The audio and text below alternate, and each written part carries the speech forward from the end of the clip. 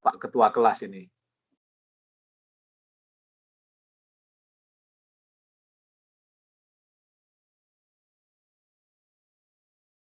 Oh iya sudah, Andre sudah melakukan perekaman. Oke, silahkan kelompok untuk bersiap diri memimpin perkuliahan ini dengan membuka dengan doa, kemudian melakukan memperkenalkan anggota kelompok, presentasi, dan kemudian selanjutnya menyerahkan setelah presentasi itu diskusi, setelah itu sesi yang terakhir kembali ke saya. Ya, silakan untuk kelompok Lukas dan teman-teman, Lukas, Jin, dan Mili. Oke, ya silakan.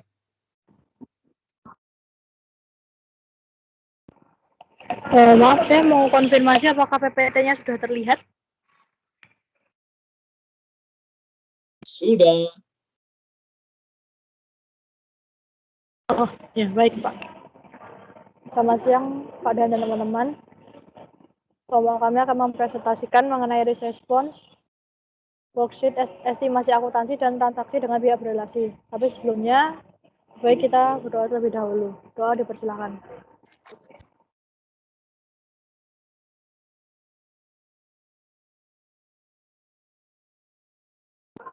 Berdoa selesai. Ya, kelompok kami terdiri dari saya sendiri, Jen Vanessa Karyanto dengan NIM 12.18.117, dan ada Lukas Wijaya Santoso dengan 12.18.139, dan Milinia Amanda dengan NIM 12.18.145.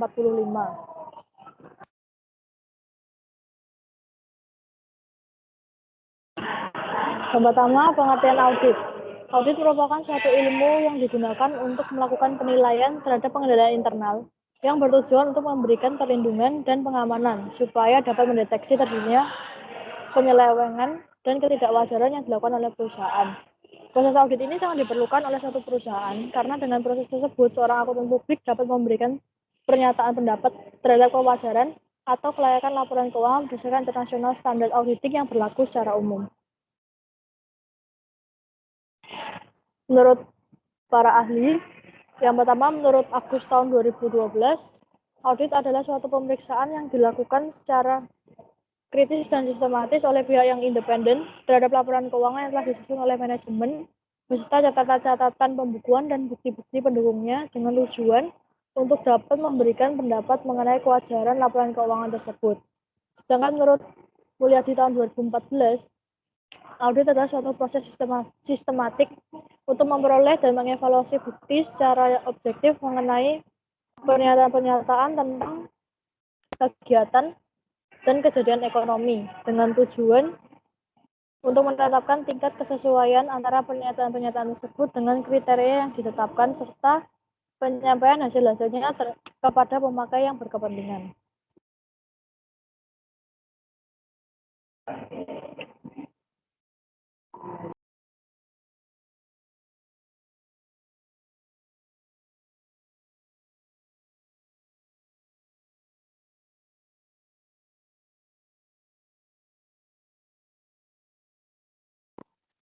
Selanjutnya ada tujuan audit. Beberapa definisi audit yang dikemukakan di atas dapat diketahui bahwa tujuan audit pada umumnya untuk menentukan keandalan dan integritas informasi keuangan, ketaatan dan kebijakan, rencana, prosedur, hukum dan regulasi, serta pengamanan aktiva. Next. Menurut para ahli, menurut Wanakota tahun 2014, tujuan audit adalah mengangkat tingkat kepercayaan dari pemakai laporan keuangan yang dituju terhadap laporan keuangan itu. Tujuan itu dicapai dengan pemberian opini oleh auditor mengenai apakah laporan keuangan disusun dalam segala hal yang material sesuai dengan kerangka pelaporan keuangan yang berlaku. Sedangkan menurut Arens tahun 2015, tujuan audit adalah untuk menyediakan pemakai laporan keuangan suatu pendapat yang diberikan oleh auditor tentang apakah laporan keuangan disajikan secara wajar dalam semua hal yang material sesuai dengan kerangka kerja akuntansi keuangan yang berlaku. Pendapat auditor ini menambah tingkat keyakinan pengguna yang bersangkutan terhadap laporan keuangan yang telah dibuat.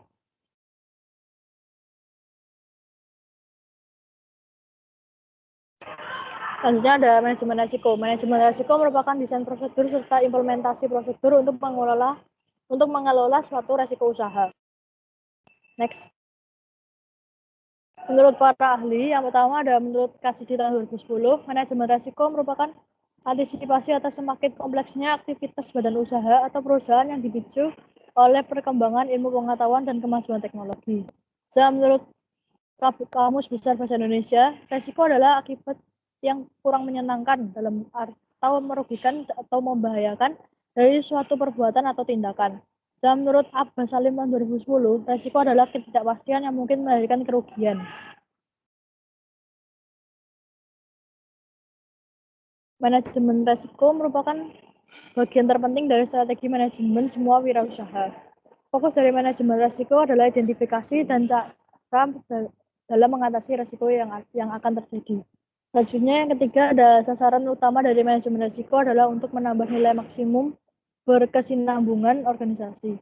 Yang keempat, tujuan utama dari manajemen resiko adalah untuk memahami potensi upside dan downside dari semua faktor yang dapat memberikan dampak bagi organisasi. Berikut adalah tahapan dari manajemen resiko. Yang pertama, mengidentifikasi dahulu resiko-resiko yang mungkin dialami oleh perusahaan. Yang kedua, mengevaluasi atas masing-masing resiko ditinjau dari nilai resiko dan frekuensinya. Yang ketiga adalah mengendalikan resiko secara fisik dan ataupun secara finansial. Yang keempat, menghilangkan resiko berarti menghapuskan semua kemungkinan terjadinya kerugian. Yang kelima, meminimalisasi resiko dilakukan dengan upaya-upaya untuk meminimumkan kerugian. Yang keenam, menahan sendiri resiko berarti menanggung seluruh atau sebagian dari resiko. Yang ketujuh, pengalihan atau transfer resiko dapat dilakukan dengan memindahkan kerugian atau resiko yang mungkin terjadi kepada pihak lain.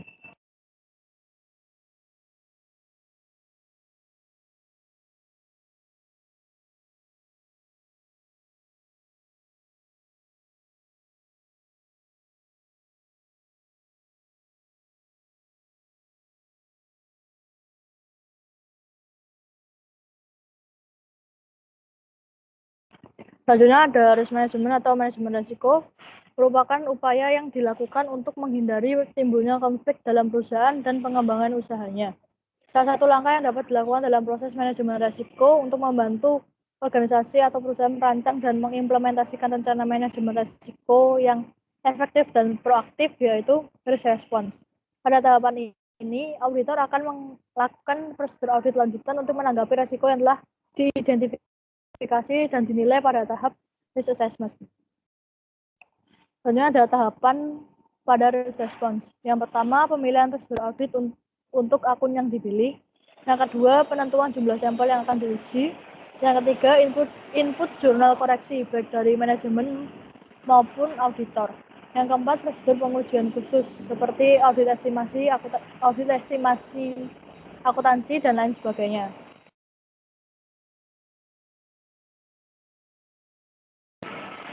Tanggapan atas resiko terdiri dari dua langkah, yaitu merancang prosedur audit selanjutnya dan melaksanakan prosedur audit tersebut. Risk response dilakukan untuk memilih dan menerapkan langkah-langkah pengelolaan resiko. Tahap ini memberikan tanggapan pada resiko yang sudah dinilai sebelumnya, seperti aksi apa yang dibutuhkan dalam menanggapi resiko yang terjadi pada perusahaan. Setelah memperhitungkan setiap resikonya, perlu diputuskan bagaimana merespon dari setiap resiko tersebut. Selanjutnya, tantangan bagi manajer resiko adalah untuk menentukan portofolio yang tepat untuk membentuk sebuah strategi yang terintegrasi sehingga resiko dapat dihadapi dengan baik. Selanjutnya, beberapa tanggapan resiko yang dapat diambil. Yang pertama ada risk avoidance, kemudian ada risk reduction, risk sharing or transfer, dan terakhir ada risk acceptance.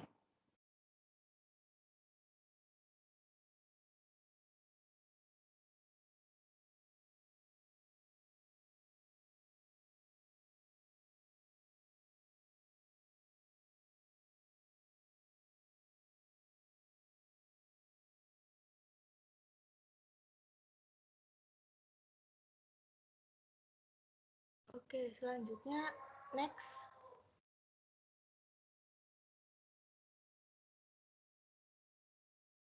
Oke. Beberapa hal yang menjadi pertimbangan auditor dalam merencanakan kombinasi prosedur audit yang tepat untuk menanggapi risiko. Yang pertama ada uji pengendalian atau test of control. Ini mengidentifikasi pengendalian intern yang relevan, yang jika diuji dapat mengurangi lingkup prosedur substantif lainnya. Identifikasi setiap asersi yang tidak dapat ditangani dengan prosedur substantif saja. Selanjutnya, prosedur analitik substantif atau substantif analytical prosedur. Prosedur di mana jumlah total suatu arus transaksi, misalnya penjualan, dapat diperkirakan dengan cukup tepat berdasarkan bukti yang tersedia. Selanjutnya ada pendadakan atau unpredictability. Dalam hal tertentu, auditor perlu memasukkan unsur pendadakan dalam prosedur audit, misalnya ketika menanggapi salah saji material karena kecurangan. Selanjutnya ada manajemen override. Auditor juga mempertimbangkan perlunya proses audit yang spesifik menangani kemungkinan manajemen override atau putusan manajemen untuk meniadakan atau mengabaikan pengendalian dengan membuat pengecualian.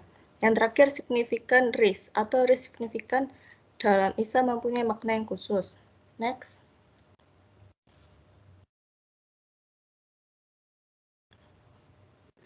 Selanjutnya ada worksheet atau kertas kerja. Next. Kertas kerja merupakan catatan yang dibuat oleh auditor mengenai prosedur audit yang ditempuh, pengujian yang dilakukan, informasi yang didapatkannya, dan kesimpulan yang dibuatnya. Selanjutnya, kertas kerja juga merupakan media penghubung antara catatan klien dan laporan audit. Sebagian besar informasi yang disediakan klien untuk auditor merupakan informasi yang bersifat rahasia.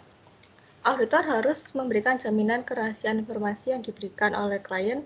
Hal ini sesuai dengan Kode Etik Akuntan Indonesia pada pasal 19. Pasal 19 ini berbunyi, seorang akuntan publik harus menjaga kerahasiaan informasi yang diperolehnya selama penugasan profesional dan tidak boleh terlibat dalam pengungkapan fakta atau informasi tersebut. Bila ia tidak memperoleh izin khusus dari klien bersangkutan, kecuali jika dikehendaki oleh hukum dan negara atau profesionalnya. Yang keempat, SA Seksi 339 tentang kertas kerja pada paragraf 06 mengatur bahwa kertas kerja merupakan milik kantor akuntan publik, bukan milik pribadi auditor maupun klien. Yang kelima, hampir semua informasi yang diperoleh auditor dicatat dalam kertas kerja, maka bagi auditor kertas kerja merupakan hal yang bersifat rahasia. Yang terakhir, kertas kerja harus cukup memperlihatkan bahwa catatan akuntansi cocok dengan laporan keuangan atau informasi lain yang dilaporkan, serta standar audit yang dapat diterapkan telah dilaksanakan. Next. Tujuan yang dapat dicapai dengan pembuatan dan penyimpanan kertas kerja yaitu yang pertama, memberi dukungan yang prinsipal atas laporan audit sebagai alat untuk melakukan koordinasi, mengorganisasikan dan juga mengawasi pelaksanaan seluruh tahapan audit sebagai bukti bahwa audit telah dilakukan sesuai standar auditing dan sebagai pedoman dalam melaksanakan audit berikutnya. Next. Kertas kerja juga harus sesuai dengan keadaan yang dihadapi dan kebutuhan auditor dalam melaksanakan suatu pengauditan. Jadi kertas kerja ini juga berhubungan erat dengan ketiga kelompok standar audit, yaitu kertas kerja audit dan standar pelaporan, kertas kerja audit dan standar pekerja lapangan, dan kertas kerja audit dan standar pelaporan. Next. Terdapat 4 teknik dasar yang digunakan dalam pembuatan kertas kerja. Yang pertama, pembuatan heading yang berisi nama klien, judul untuk mengidentifikasi isi kertas kerja, serta tanggal neraca atau periode audit. Yang kedua, nomor indeks guna memudahkan identifikasi dan referensi silang antar kertas kerja. Yang ketiga, referensi silang. Yang keempat, tick mark atau berupa simbol-simbol yang digunakan oleh auditor untuk membuat referensi penjelasan naratif dimanapun dalam kertas kerja. Dan yang terakhir, pencantuman tanda tangan oleh pembuat maupun penelaah serta tanggal pembuatan dan tanggal penelaahan. Next. Dalam SA 339 dikemukakan kertas kerja biasanya berisi yang pertama, pemeriksaan telah direncanakan dan disupervisi dengan baik yang menunjukkan dilaksanakannya standar pekerjaan lapangan yang pertama. Yang kedua, pemahaman yang memadai atas struktur pengendalian internal telah diperoleh untuk merencanakan audit dan menentukan sifat, saat, dan lingkup pengujian yang telah dilakukan. Dan yang terakhir, bukti audit yang telah diperoleh, prosedur pemeriksaan yang telah diterapkan, dan pengujian yang telah dilaksanakan, yang memberikan bukti kompeten yang cukup sebagai dasar yang memadai untuk menyatakan pendapat atas laporan keuangan auditan yang menunjukkan dilaksanakannya pekerjaan lapangan yang ketiga. Next. Dalam sebuah kertas kerja harus memperhatikan hal-hal tertentu dalam pembuatannya agar kertas kerja tersebut dapat memberi manfaat bagi auditor maupun klien. Hal-hal tersebut yang pertama adalah lengkap. Ini berisi informasi yang pokok yang harus menentukan komposisi semua data penting yang dicantumkan dalam kertas kerja. Tidak memerlukan tambahan penjelasan secara lisan. Artinya kertas kerja ini harus jelas dan dapat bicara sendiri, yang harus berisi informasi yang lengkap, tidak berisi informasi yang belum jelas atau pertanyaan yang belum dijawab. Yang kedua, teliti. Dalam pembuatan kertas kerja, akuntan harus memperhatikan ketelitian dalam penulisan dan perhitungan, sehingga kertas kerja bebas dari kesalahan tulis dan perhitungan. Yang ketiga, ringkas. Kertas kerja harus dibatasi pada informasi yang pokok-pokok saja, yang relevan dengan tujuan pemeriksaan yang dilakukan serta disajikan dengan ringkas untuk menghindari rincian yang tidak perlu. Yang keempat, jelas. Kejelasan dalam informasi kepada pihak-pihak yang akan memeriksa kertas kerja perlu diusahakan oleh akuntan. Jadi penggunaan ini gak boleh ada arti ganda itu. Yang terakhir adalah rapi. Kerapian dan keteraturan dalam pembuatan kertas kerja akan membantu akuntan senior dalam menelaah hasil pekerjaan stafnya, serta memudahkan untuk memperoleh informasi dari kertas kerja tersebut. Next. Terdapat 6 tipe kertas kerja audit yang biasanya dikenal. Yang pertama ada program kerja, yang kedua adalah work trial balance, yang ketiga ada ringkasan jurnal penyesuaian dan jurnal pengklasifikasian kembali, yang keempat ada daftar pendukung, yang kelima ada daftar utama, dan yang keenam adalah memorandum audit dan dokumentasi informasi pendukung. Next. Jadi, kertas kerja ini merupakan sarana yang dilakukan oleh auditor untuk membuktikan bahwa standar pekerjaan lapangan tersebut telah dipatuhi. Dalam melakukan auditnya, auditor harus memperoleh kebebasan dari klien dalam mendapatkan informasi yang diperlukan untuk kepentingan auditnya. Pada SA seksi paragraf 8 mengatur bahwa auditor harus menerapkan prosedur memadai untuk menjaga keamanan kertas kerja dan harus menyimpan sekurang-kurangnya 10 tahun, sehingga dapat memenuhi kebutuhan praktiknya dan ketentuan-ketentuan yang berlaku mengenai penyimpanan dokumen. Yang terakhir, karena sifat kerahasiaannya yang melekat pada kertas kerja ini, auditor harus menjaga kertas kerja dengan cara mencegah terungkapnya informasi yang tercantum dalam kertas kerja kepada pihak-pihak yang tidak diinginkan. Selanjutnya ada estimasi akuntansi. Next. Tujuan dari audit estimasi akuntansi adalah untuk memperoleh bukti audit yang tepat mengenai yang pertama, estimasi akuntansi yang diakui dan diungkapkan dalam nilai wajar dalam laporan keuangan, dan yang kedua adalah disclosure yang sesuai dengan kerangka laporan keuangan yang berlaku. Next. Pengukuran estimasi akuntansi dapat berbeda-beda tergantung ketentuan yang ditetapkan dalam kerangka pelaporan keuangan yang berlaku dan item dalam laporan keuangan. Tujuan pengukuran dari estimasi ini untuk yang pertama, membuat forecast mengenai outcome satu atau lebih transaksi dan peristiwa yang menyebabkan estimasi akuntansi perlu dibuat. Dan yang kedua, menentukan nilai dari transaksi berjalan atau item laporan keuangan berdasarkan kondisi yang ada pada tanggal pengukuran, seperti taksiran harga dari suatu jenis aset atau kewajiban tertentu. Ini dapat meliputi pengukuran nilai wajar. Next. Sebenarnya risiko salah saji yang material karena estimasi ini seringkali didasarkan pada tingkat ketidakpastian estimasi. Tingkat ketidakpastian estimasi ini ada dua, yaitu rendah dan tinggi. Berikut tabel tingkat ketidakpastian estimasi. Selanjutnya, next. Selanjutnya ada penilaian risiko. Untuk entitas yang lebih kecil, pembuatan estimasi tidak terlalu rumit karena kegiatan bisnis yang dilakukan terbatas dan transaksinya juga tidak kompleks. Entitas kecil juga jarang menggunakan manajemen expert yang ahli dalam estimasi. Berikut ini adalah tabel tahapan penilaian risiko yang menyediakan area utama yang menjadi perhatian auditor dalam estimasi akuntansi pada tahap pertama suatu proses audit. Yang pertama ada bagaimana mengidentifikasi kebutuhan entitas melakukan estimasi. Yang kedua adalah proses manajemen membuat estimasi.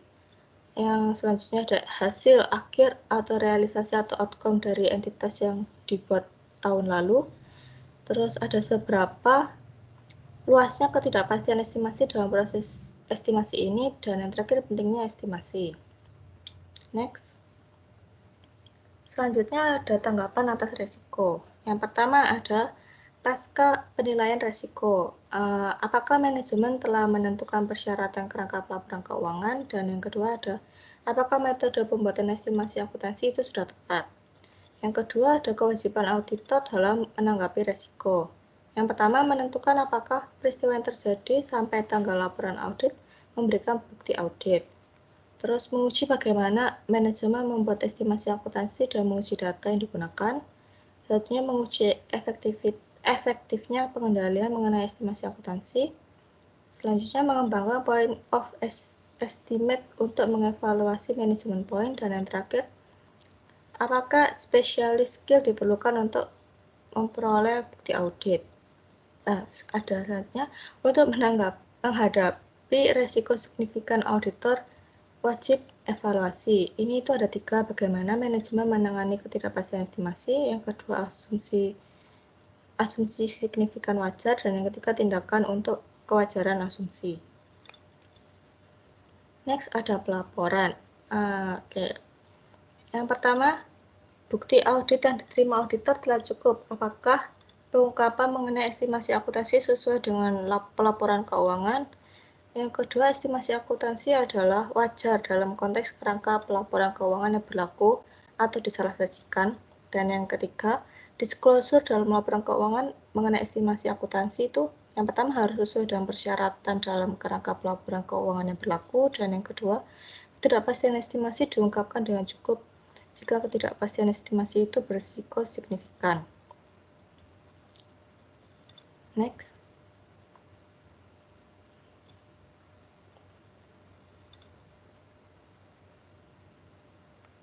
Selanjutnya ada tanggapan atas resiko. Jadi auditor ini meminta dan harus memperoleh representasi tertulis atau written representation dari manajemen mengenai kewajaran dari asumsi-asumsi signifikan yang digunakan. Next.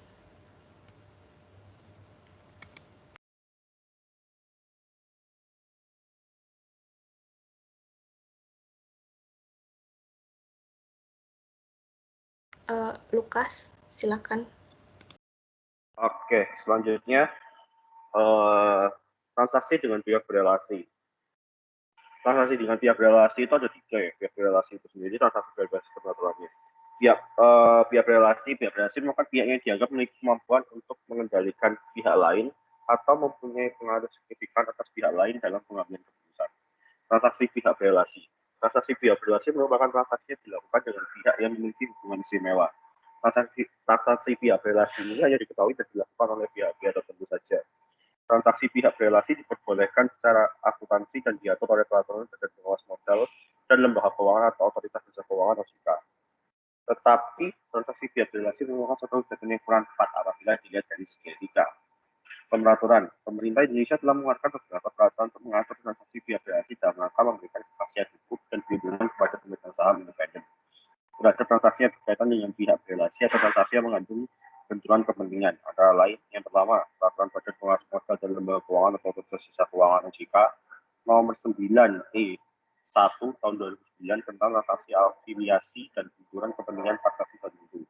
Yang kedua yaitu PSAK 7 Ikatan Akuntan Indonesia IAI tahun 2010 tentang pengungkapan pihak-pihak berelasi.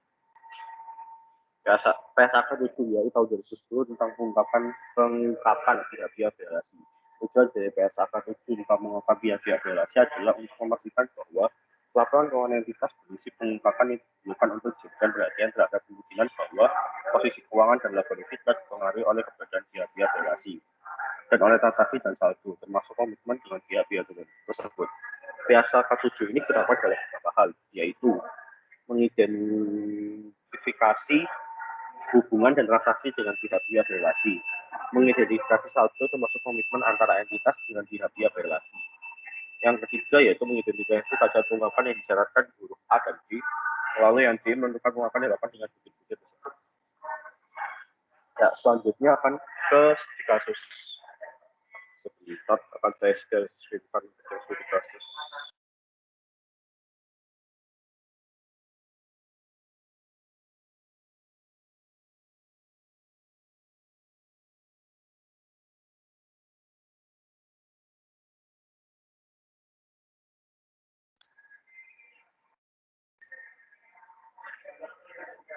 Oke. Untuk hari ini kita bahas adalah B100 sampai dengan B220. Yang pertama B100 worksheet. Kata sejauhnya akan digunakan sebagai media informasi pengolahan angka laporan keuangan berupa informasi awal, jurnal penyesuaian, serta angka final laporan keuangan setelah diaudit. Kalau kita lihat ada kesimpulan mapping schedule, ini akan terisi secara otomatis atas kesimpulan gabungan kertas kerja yang telah diuji pada masing-masing list schedule, serta kesimpulan tersalah saji, terutama untuk yang tidak dikoreksi oleh manajemen. Di sini kita bisa lihat ada indeksnya ada 4, yaitu yang pertama working trial balance WTB, yang kedua prosedur mapping and list schedule, yang ketiga CAJ atau PAJ, yang keempat laporan bersih keuangan dan laporan laba rugi. Yang pertama B110 worksheet trial balance. Nah, di sini kertas kerja ini melakukan laporan keuangan dari angka saldo awal sampai dengan angka final hasil audit setelah mendapat penyesuaian sebagaimana tersaji. Seperti itu. Lalu untuk cara pengisiannya di WTB 100 ini, B110 ini, yaitu dalam kertas kerja ini auditor harus melakukan pengisian melalui pilihan drop-down terkait laba rugi tahun berjalan berdasarkan nama akun yang relevan di sebelah sininya. Selanjutnya, auditor harus melakukan pengisian melalui pihak dokter pada entitas lainnya atau OSI. Berdasarkan nama akun yang relevan pada rincian dari OSI disajikan dalam kumpulan ekuitas lainnya. Namun demikian, apabila penyajian laporan keuangan ekuitas lainnya dibuat secara rinci per akun, maka auditor tidak perlu melakukan mapping tersebut. Angka WTB dan setiap akun terisi secara otomatis dari input saldo awal serta input caji bagian itu. Nah, di sini nanti ketika ada perbedaan saldo ketika di buku dan saldo per auditnya ketika audit, maka nanti akan muncul selisihnya di sini di debit atau kreditnya seperti itu. Lalu kita lanjut untuk ke yang B120-nya, prosedur mapping and schedule. Di sini akan ada 3 akun yang muncul, akun yang memiliki nilai material dan akun signifikan MS, atau akun yang memiliki nilai material dan akun tidak signifikan MTS, atau akun yang memiliki nilai tidak material dan akun signifikan TMS. Gitu. Nah, di sini ada namanya prosedur. Prosedur di sini bisa ditambah atau dikurangi sendiri oleh auditor, tergantung kebutuhan. Nanti akan secara otomatis muncul di sebelah sini. Ini ada indeksnya, seperti itu. Ini akan terisi secara otomatis ketika setelah pengisian dari indeks-indeks ini.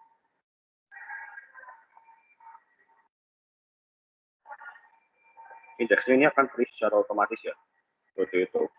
Lalu yang selanjutnya itu ke yang V130. V130 charge to page. Charge to page ini itu client adjustment journal entry, yaitu jurnal penyesuaian yang berasal dari klien. Kalau yang charge itu purpose adjustment journal entry, yaitu jurnal penyesuaian yang diusulkan oleh auditor kepada manajemen untuk dibukukan berdasarkan hasil dari proses audit. Pada kertas kerja ini juga akan mengevaluasi seberapa besar penyesuaian yang dibutuhkan oleh manajemen. Seperti itu. Jadi di sini nanti ada kesimpulannya.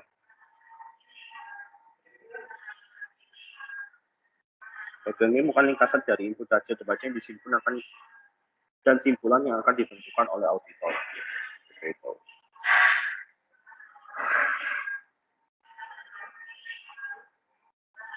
Kalau di sini ini bukan kertas kerja di mana auditor yang menginput sendiri data terbaca tadi dan mengidentifikasi apakah dapat jumlah penyesuaian yang dibutuhkan atau tidak dibutuhkan oleh manajemen. Di sini. Jadi di sini nanti auditor akan mengisinya sendiri. Cara pengisiannya, pengisian janji budget dilakukan secara dual entry untuk setiap transaksi. Seperti itu. Seperti ini, on dual entry. Terus pada kolom nomor akun pilih berdasarkan drop-down kode akun dan akan muncul secara otomatis nama akun yang sesuai dengan kode akun. Kemudian pilih kembali akun pasangan transaksinya. Pada kolom keterangan yang sebelah sini, uraian keterangan mengenai transaksi dari wajib pajak. Jadi ketika ada keterangan transaksi akan dideskripsikan di sini. Pada kolom dibukukan itu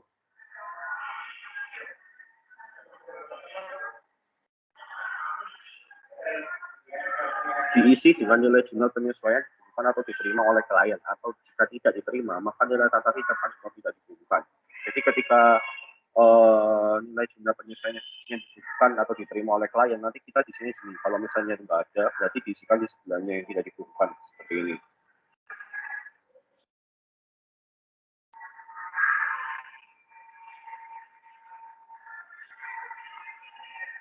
Selanjutnya, apakah dapat caci pajak maka penyebabkan terjadinya caci pajak diidentifikasi jika relevan disebabkan atas kelemahan pengendalian internal dan adanya kecurangan dengan memilih drop-down ya atau tidak. Di sebelah sini.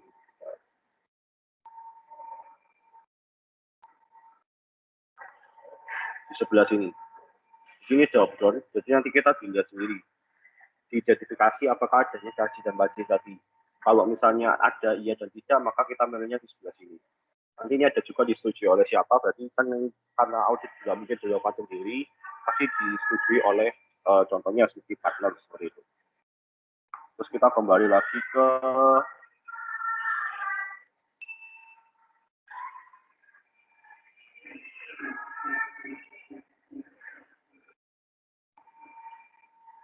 B140, neraca dan laporan laba rugi yang telah diaudit. Kertas kerja ini merupakan informasi dari salah satu laporan keuangan audit. Pada bagian atas terdapat informasi satu kelompok neraca dan laba rugi sebagaimana terjadi pada gambar. Seperti itu.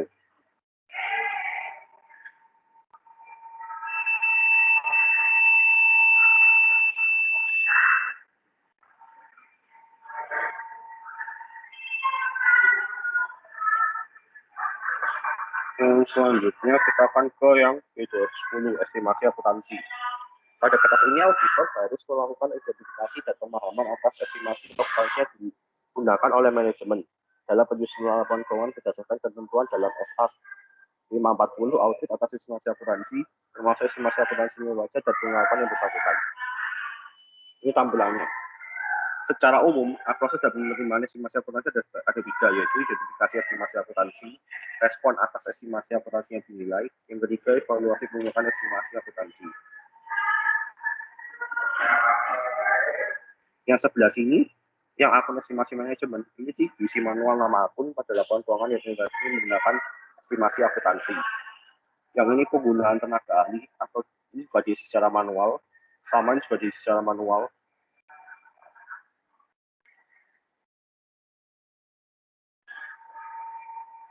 Yang di sini itu diisi dasar asumsi ini itu sistem manual mempertimbangkan pertimbangan-pertimbangan yang dibuat manajemen untuk estimasi akuntansi berikutnya.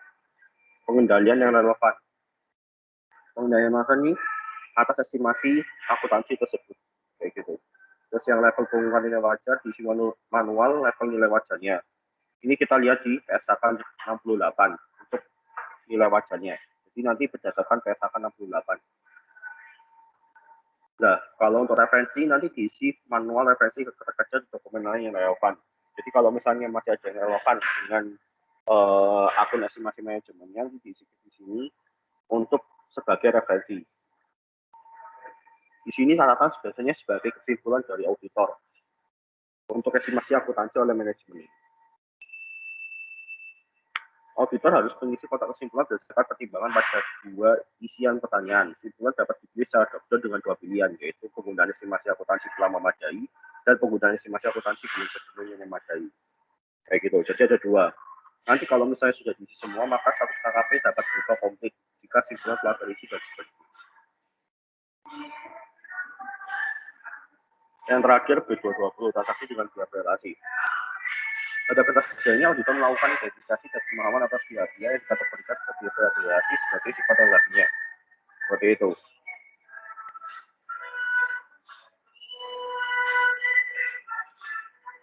Tabel pertama itu identifikasi pihak relasi. Yang ini. Nama-nama pihak relasi, sifat hubungannya dan mengidentifikasi secara otomatis terisi dari hasil identifikasi awal pada pentas kerja A230 UT3 ini dijelaskan oleh kelompok sebelumnya. Proses aktivitas bisnis utama. Pada tabel samping kanan yang ini diisi jika berdasarkan prosedur yang dilakukan pada kolom di bawahnya identifikasi pihak relasi yang sebelumnya belum atau tidak diungkapkan oleh manajemen atau dalam laporan keuangan. Yang kedua, tahap kedua itu yaitu prosedur yang dilakukan. Yang sebelah sini, kayak gini. Auditor harus menganalisis daftar prosedur terkait dengan pihak relasi pada kolom pelaksanaan prosedur.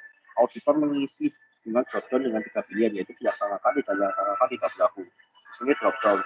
Jadi ketika contoh konfirmasi atau diskusi tentang sistem transaksi dengan pihak perantara sesuai, nanti auditor memilih sendiri apakah harus dilaksanakan, tidak dilaksanakan, atau tidak berlaku. Seperti itu. Di kolom referensi ini, auditor dapat mengisi rujukan ke kakak kerja dan contoh pelatihan dokumen pendukung. Sama seperti tadi, kalau misalnya ada dokumen yang mendukung pada prosedur yang dilakukan ini, jadi bisa direferensikan di sini sebagai tambahan di sini.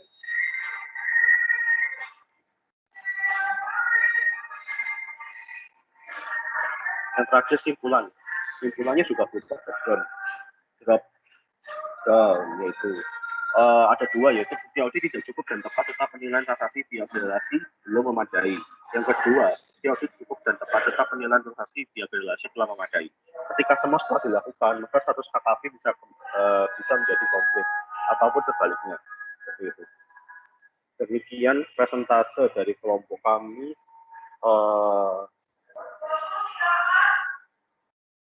Akan dibuka 3 sesi pertanyaan. Untuk setiap pertanyaan akan dibagi menjadi 3 penanya. Tetapi sebelum ke arah sana, kelompok kami meminta maaf terlebih dahulu, terutama kepada dan karena beberapa anggota kami mungkin tidak bisa on-cam waktu presentasi karena kebetulan lagi ada acara di luar kota sehingga harus tidak bisa tepat di dalam rumah sehingga jaringannya tidak begitu baik. Ya, selanjutnya akan dilanjutkan ke sesi tanya jawab.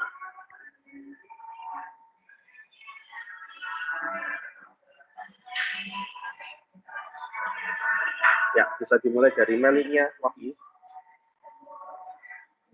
Baik, terima kasih atas kesempatannya. Saya Melinia Wahyu Prihardita dengan NIM 1218124. Saya ingin bertanya, bisa tolong berikan contoh dari transaksi pihak berelasi itu seperti apa ya? Terima kasih.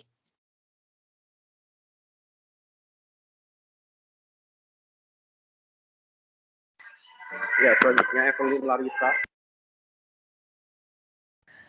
Saya Evelyn dengan NIM belakang 7 ingin bertanya, bisa dijelaskan hal-hal yang menyebabkan satu individu atau entitas dapat diklasifikasikan sebagai pihak berelasi? Itu gimana? Terima kasih.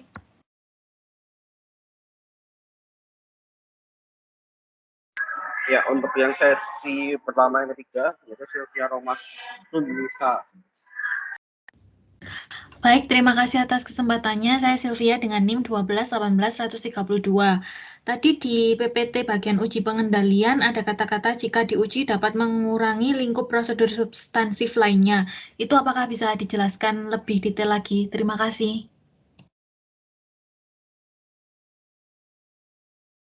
Oke, karena sudah 3 penanya, maka akan kami simpan dahulu untuk kami diskusikan dan akan kami lanjutkan ke pertanyaan kedua, sesi kedua nanti.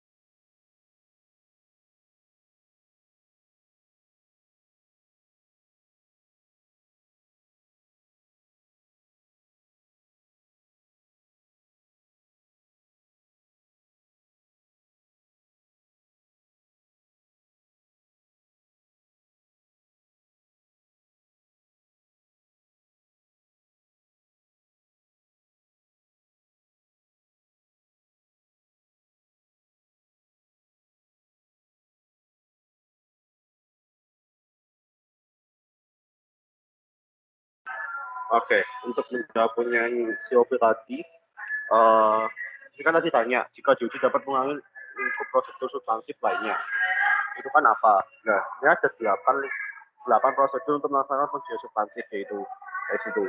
Jadi ketika dilakukan itu, umumnya jumlah sampel dalam uji pengendalian jauh lebih sedikit dari jumlah sampel dalam uji substantif suatu transaksi. Ada 8, yaitu pengajuan pertanyaan kepada para karyawan berkaitan dengan kinerja tugas mereka, pengamatan atau observasi terhadap personil dalam melaksanakan tugas mereka, menginspeksi dokumen dan daratan, melakukan penghitungan kembali, konfirmasi, analisis, tracing atau penyusutan, coaching atau penelusuran. Jadi ketika dilakukan, salah satu dari 8 ini bisa dikurangi. Seperti itu. Kita akan menjawab.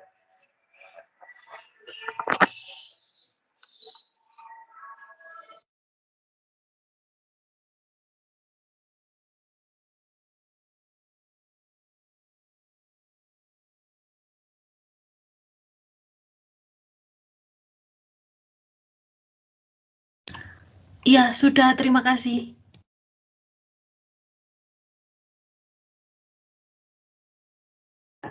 Ya, selanjutnya saya akan menjawab pertanyaan dari Evelyn. Halo.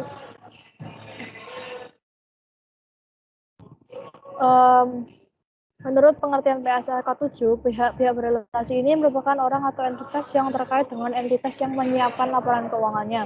Contohnya pihak berelokasi yaitu anggota keluarga dekat dari individu, anggota manajemen kunci, dan entitas pemerintah yang merupakan pihak-pihak berelokasi. Apakah sudah menjawab, Evelyn? Sudah, terima kasih. Ya, selanjutnya saya akan menjawab pertanyaan dari Meli tentang beri contoh transaksi berelasi itu seperti apa. Jadi, aku jelaskan lagi, transaksi berelasi ini merupakan suatu pengalihan sumber daya, jasa, atau kewajiban antara entitas pelaporan dengan pihak berelasi terlepas apakah ada harga yang dibebankan. Contohnya itu seperti pembelian atau penjualan properti, pengalihan riset dan pengembangan, pengalihan di bawah perjanjian lisensi, penyelesaian liabilitas atas nama entitas atau pihak berelasi, provisi atas jaminan atau agunan, dan lain sebagainya. Apakah bisa menjawab Saudari Meli? Iya, terima kasih.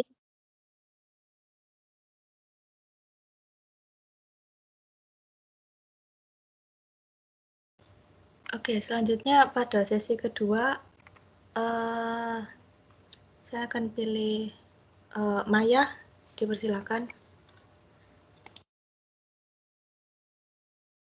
Baik, terima kasih atas kesempatannya. Saya Dewati Maisari dengan NIM 12-18-5 ingin bertanya. Bisa dijelaskan maksud dari setiap asersi yang tidak dapat ditangani dengan prosedur substansif pada PPT bagian uji pengendalian itu bagaimana ya? Terima kasih. Baik, selanjutnya kepada Saudari Ivani, dipersilakan. Baik, terima kasih atas kesempatannya. Saya Vita Ivani dengan NIM 12-18-136. Saya ingin bertanya, dalam slide tadi tahap respon seorang auditor pada bagian prosedur audit, kalau tidak salah ada ditulis tentang uji pengendalian. Nah, itu bisa dijelaskan uji pengendalian itu digunakan untuk apa ya? Terima kasih. Baik, Saudari Ivani. Yang terakhir, kepada Saudari Azizah, dipersilahkan.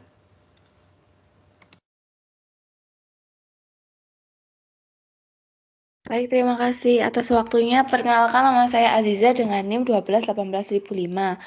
Saya ingin bertanya, maksud dari transaksi pihak berelasi diperbolehkan secara akuntansi, akan tetapi kurang tepat apabila dilihat dari segi etika itu bagaimana ya? Terima kasih. Baik, kami akan berdiskusi dengan kelompok dahulu. Mohon ditunggu sebentar. Terima kasih.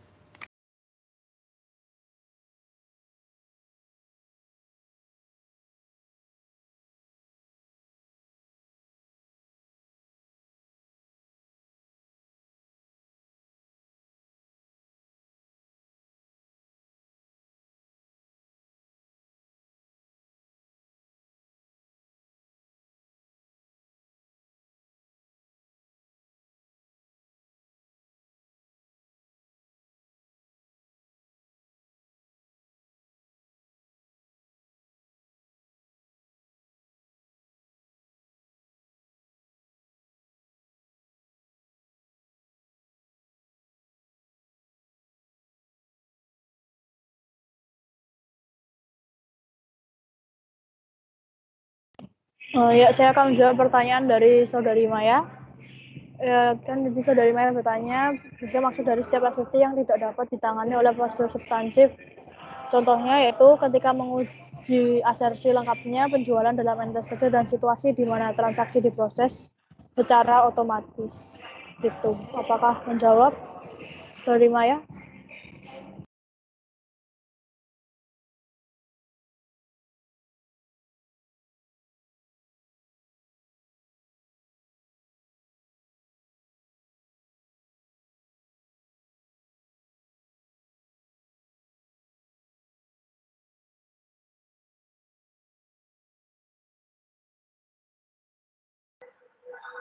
Oke, karena mungkin masih belum dijawab sama Maya, maka kan diajukan untuk pertanyaan dari Sisa.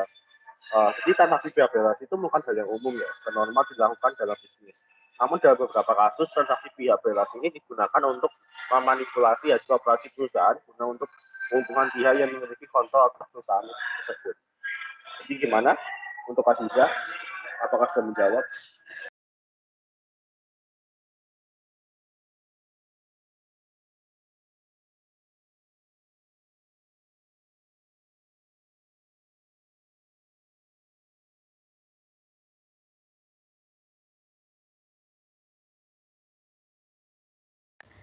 Oke, sepertinya Aziza sama Maya kehilangan sinyal atau mungkin lagi ada gangguan. Saatnya saya akan menjawab pertanyaan dari Ivani tentang uji pengendalian ini digunakan untuk apa. Jadi uji pengendalian ini tuh biasanya digunakan jika terdapat ekspektasi pengendalian tersebut memiliki fungsi efektif dalam periode berjalan. Seperti itu. Apakah menjawab Saudari Ivani? Ya, terima kasih. Ya, sama-sama. Selanjutnya pada sesi terakhir, kami akan memilih 3. Yang pertama ada Angela,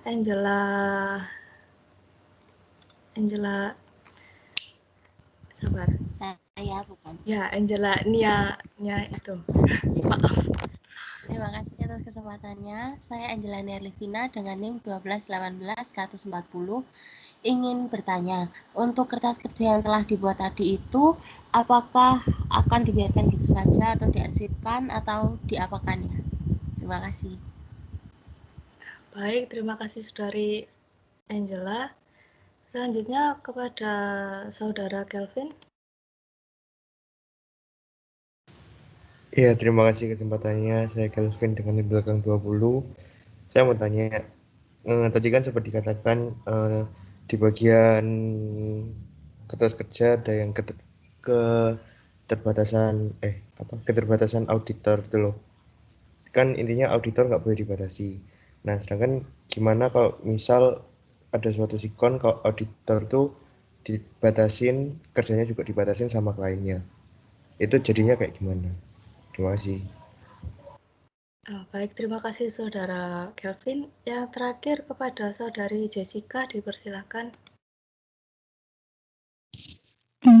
Terima kasih atas kesempatannya. Saya Jessica dengan NIM 121810018. Mau bertanya pada kelompok pada pasca penilaian resiko. Terdapat pertanyaan apakah pembuatan estimasi akuntansi sudah tepat? Jika pembuatan estimasi akuntansi terdapat kesalahan atau dirasa kurang tepat, kemudian kelanjutannya bagaimana ya? Terima kasih. Baik, terima kasih Saudari Jesi. Kami akan berdiskusi dahulu. Mohon ditunggu sebentar.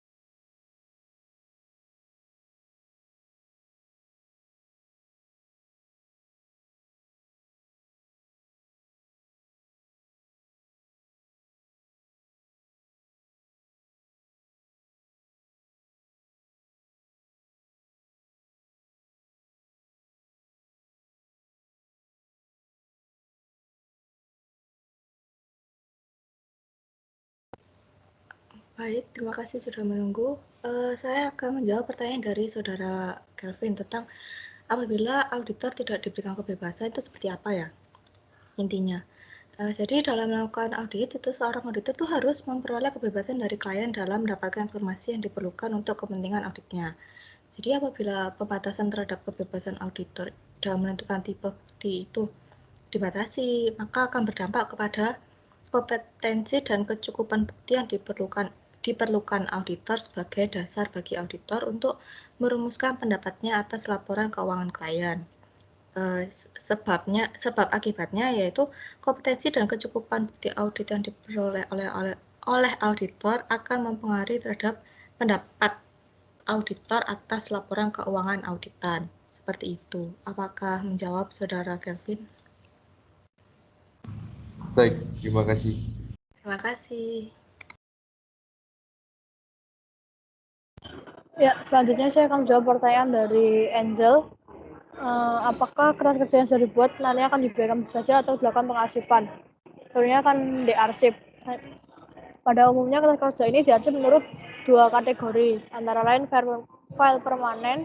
Ini memuat data yang dianggap tetap bermanfaat bagi auditor dalam banyak perikatan dengan klien di masa yang akan datang. Contohnya seperti akta pendirian, kontrak-kontrak, dan juga notulen rapat. Yang kedua ada file tahun berjalan. Ini memuat informasi penguat yang berkenaan dengan pelaksanaan program audit tahun berjalan saja. Contohnya seperti neraca saldo, rincian piutang, dan rincian biaya. Seperti itu. Apakah sudah menjawab Saudari Angel? Iya, sudah. Terima kasih.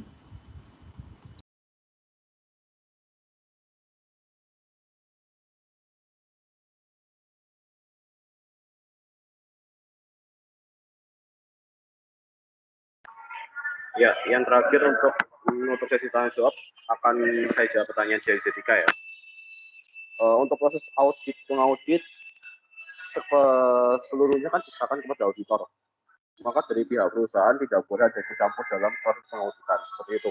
Kalau auditor merasa mungkin ada kesalahan atau kurang tepat pada estimasi akuntansi, harusnya namanya dilakukan pengecekan ulang apakah kesalahan itu memang terjadi atau bagaimana. Kalau memang dirasa oleh auditor untuk harus mengulanginya lagi karena maka akan dilakukan pengulangan kembali karena ketika estimasi akuntansinya kurang benar atau ada kesalahan otomatis akan mempengaruhi hasil dari audit itu sendiri. Jadi hasil yang diserahkan ke perusahaan pun jadi tidak begitu valid karena adanya kesalahan pada proses tersebut.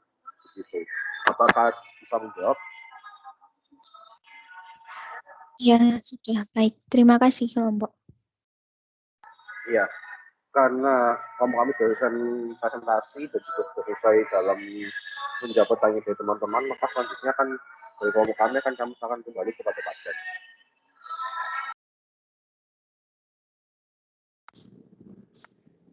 Cek. Iya. Terima kasih kelompok penyaji yang sudah membawa kita kepada pemahaman tentang risk response dan worksheet, juga estimasi akuntansi. Dan kelompok ini sudah menyajikannya dengan cukup baik ya, relatif baik. Tapi ada beberapa masukan dari saya khususnya untuk di materi ya. Jadi di materi ini sih yang paling banyak sih bukan tipenya ya, tapi ada kesalahan yang berulang gitu ya, seperti tanda baca, terus kemudian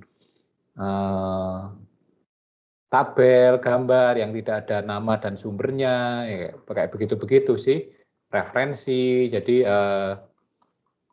apa ya, itu berulang gitu, dan itu banyak banget itu, jadi akhirnya mengganggu, annoying gitu ya. Tidak salah secara substansi, tapi secara teknis saja. Sedangkan untuk isi dan sebagainya, saya pikir sudah cukup. Dan ini menjadi awalan yang baik karena kita masuk ke ini ya, yang baru karena risk response. Ini juga kemudian di atlas kita juga sudah masuk ke yang B, bukan lagi yang A. Kalau yang A kemarin kan lebih pada penilaian resikonya, resiko dan materialitas ya, assessment-nya. Nah, kalau ini sudah respon menanggapi, kalau kita sudah melakukan perikatan, terus kemudian apa yang ada di dalamnya, itu yang kemudian apa yang kemudian di dalam perusahaan, itu apa yang kita perlu kerjakan karena terkait dengan resiko-resiko yang muncul saat kita melakukan pekerjaan audit. Jadi sudah masuk ke, kalau kemarin kan pra-perikatan, sebelum perikatan, kalau ini sudah masuk ke perikatan, dan kemudian kita merespon apa yang sudah kita catat di kemarin, di catatan atau kemudian di persiapan kita resiko, apakah kemudian ini terjadi gitu, apakah bahwa kemudian resikonya itu manifest, terjadi yang kemudian harus ditanggapi, harus kemudian dijawab oleh perusahaan, oleh auditor di dalam kertas kerjanya. Nah, salah satu yang paling substansi sih sebenarnya dari pertanyaan dari Kelvin ya, pembatasan audit. Nah, kalau bagaimana kalau terjadi pembatasan audit? Nah, kalau pembatasan audit pasti tidak akan wajar laporannya. Itu ya Kelvin ya. Jadi tanggapannya langsung karena kemudian pembatasan. Jadi kita mau melakukan meminta bukti dibatasi. Kita minta kemudian untuk melakukan konfirmasi mereka yang memilih orangnya. Terus kemudian kita minta katakanlah notulen rapat, baik itu rapat dari pemegang saham, terus kemudian rapat dari direksi, ternyata dibatasi, dipersulit dan sebagainya. Nah itu pasti satu, itu pasti laporan yang tertingginya adalah tidak wajar. Laporan tertinggi itu tidak wajar. Kenapa? Kerja auditnya dibatasi. Artinya bahwa kemudian resiko yang terjadi, ini kan kemudian kita ngomongin respon terhadap resikonya ya, di kertas kerjanya resikonya. Jadi kemudian yang kemarin kita sudah hitung, ternyata ini jadi lebih besar lagi. Karena apa? Banyak pekerjaan yang tidak bisa dilakukan oleh auditor. Jadi ya, akhirnya resikonya semakin tinggi, dan resiko semakin tinggi, apalagi kemudian berpengaruh terhadap independensi, berpengaruh terhadap keluasan, ya otomatis nantinya itu paling bagus adalah tidak wajar. Bisa-bisa kemudian opini auditnya itu tidak memberikan pendapat. Karena apa? Tidak hanya dibatasi kalau kemudian menemukan temuan-temuan audit yang lain gitu ya. Oke, itu kalau ternyata dibatasi. Nah, ini kan masalahnya kan kemudian worksheet ini kan ngomongin kertas kerja yang kemudian bukan tidak terkait ya, resikonya salah satunya adalah pembatasan tadi. Tapi bahwa kemudian worksheet ini kan sebenarnya adalah kertas kerja ini adalah dokumentasi terhadap bukti-bukti audit yang sudah ditemukan, yang dikumpulkan yang ditemukan dan kemudian dilakukan assessment, dilakukan penilaian oleh auditor.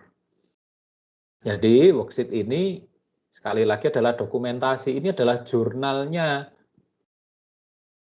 temuan audit dari seluruh tim audit yang turun ke lapangan, baik itu oleh auditor saat kemudian auditornya sendiri, entah itu rekanan, entah minimal manajer saat kemudian berkomunikasi dengan yang namanya kemarin ya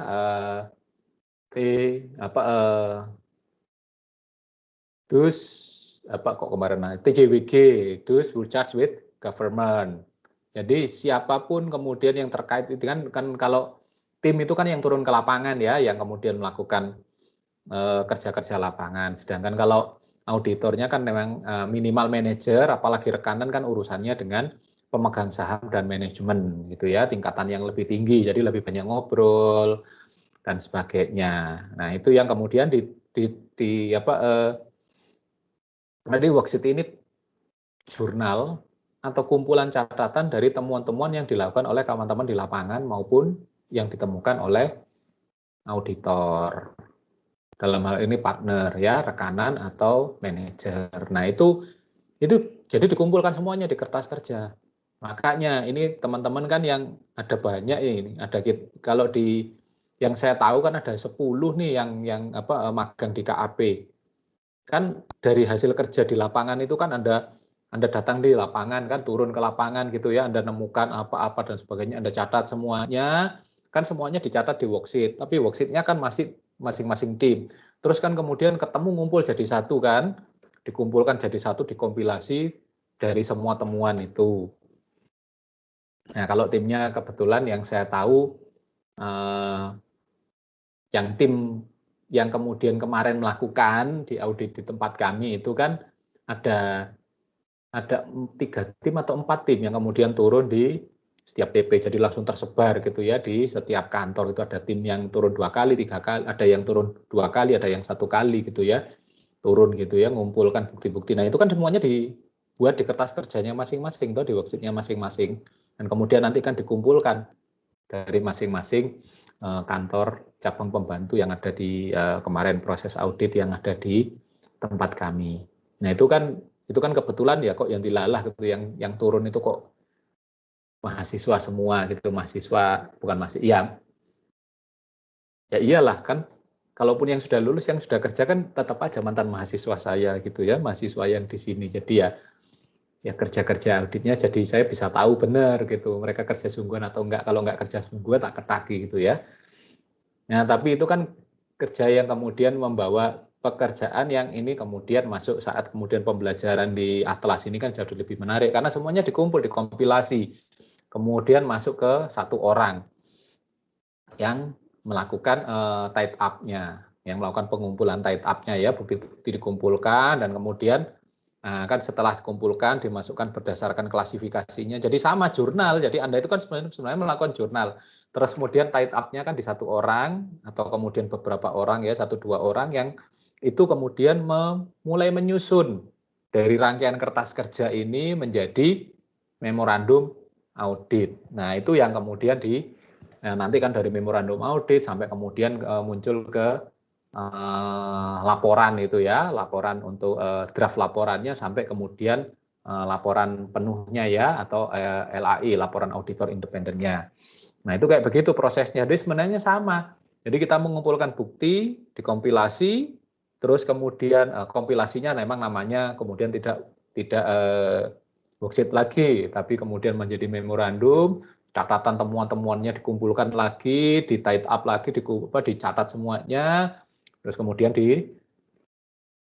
diobrolkan dengan si auditinya, dan kemudian baru proses pelaporannya. Jadi kayak begitu. Jadi ini mengawali, ini worksheet ini adalah mengumpulkan semua bukti. Jadi makanya kemudian apa yang dilakukan worksheet ini, kertas kerja ini adalah mengisi, ada yang namanya di 1110 ya, B1110 itu terhadap trial balance, terhadap prosedur, terhadap prosedur audit ya dari neraca, laporan laba rugi, terus kemudian sampai kepada estimasi akuntansi. Jadi ya ada banyak pekerjaan yang dilakukan setelah kita melakukan pekerjaan lapangan. Jadi ini kumpulan dari pekerjaan lapangan. Nah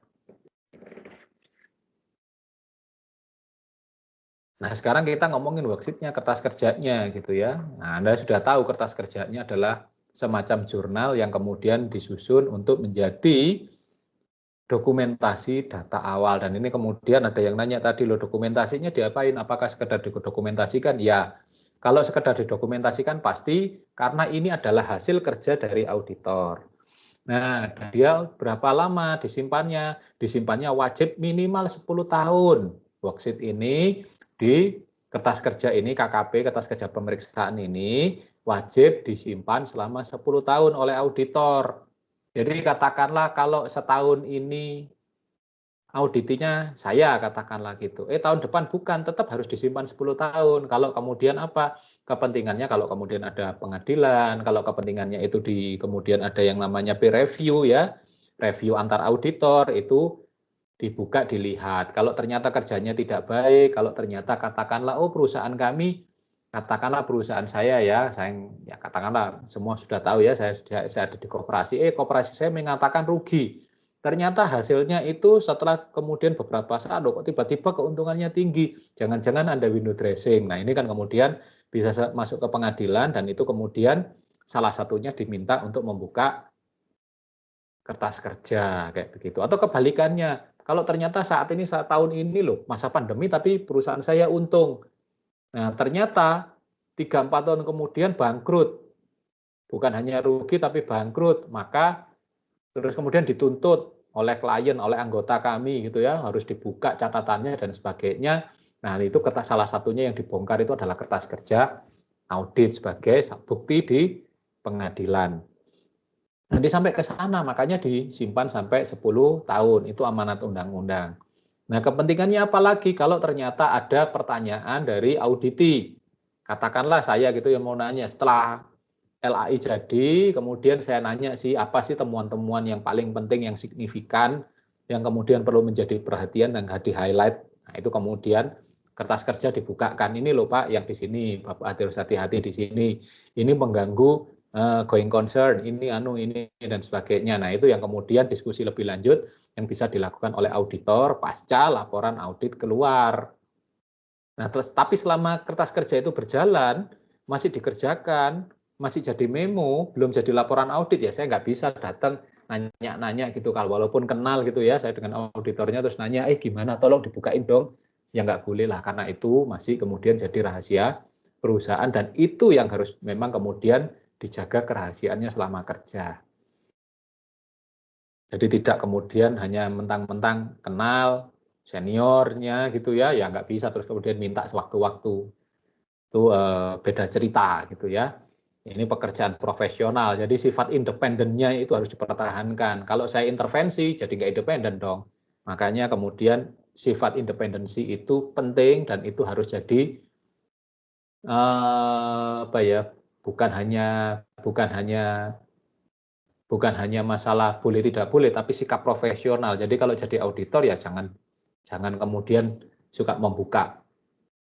Katakanlah jangan gibah gitu loh ya. Kita harus tahu klien kita itu kayak apa dan sebagainya. Termasuk pada klien tidak semuanya kemudian diumbar, kecuali memang diperbolehkan dalam batasan-batasan tertentu, dan boleh setelah hasil kerjanya sudah memang jadi. Jadi tidak kemudian dipengaruhi hasil kerjanya, itu independen. Independen adalah sikap mental kemudian dalam melakukan pekerjaan itu tidak ada intervensi, tidak ada pengaruh dari siapapun. Nah, itu yang penting. Nah, hasil dari mapping ini kemudian dikumpulkan, dikerjakan sampai kemudian jadi memorandum. Jadi intinya jadi katakanlah di B110, 110 sampai B140 itu sebenarnya bagaimana mengumpulkan pekerjaan-pekerjaan yang bukti-bukti audit yang Anda kumpulkan di dalam pekerjaan, dan ini sudah disampaikan dengan cukup baik oleh penyajinya. Termasuk apa? Termasuk sampai kepada laporan laba rugi, sapa dan neraca, dan sebagainya. Nah, tapi perlu jadi catatan apa? Loh, Pak, berarti kumpulan. Nah, bagaimana? Terus kemudian kan di sini ada beberapa yang tadi nanya, ternyata bagaimana kalau kemudian metode akuntansinya, estimasi akuntansi itu kan kita ngomongin metode akuntansinya itu tidak sesuai dengan yang seharusnya. Nah, itu yang kemudian dilakukan penyesuaian estimasi. Ya, karena saya bukan saya kan yang teraudit ya. Saya auditi gitu kan. Bukan auditornya. Jadi saya bisa buka rahasia, boleh buka rahasia. Contohnya di tempat kerja di tempat saya beraktivitas yang lain gitu ya. Kemudian apa yang terjadi? Ada estimasi yang secara akuntansi sekarang tidak boleh. Nah, itu kemudian akan dilakukan reestimasi ya oleh auditor. Saat itu kita ngobrol, apa yang terjadi loh, Pak? Ini karena ini apa? Karena ini estimasinya terkait dengan undang-undang, ada beda gitu ya antara undang-undang yang kemudian yang dipakai pemikirannya, karena kami koperasi itu kemudian walaupun koperasi simpan pinjam itu tidak bisa kemudian digunakan aturan dari OJK tentang BPR. Nah, itu yang kemudian kami diskusikan. Loh, ini kok ada kayak begini, kayak apa estimasinya? Oh iya. Saat kemudian ada seperti contohnya dana cadangan.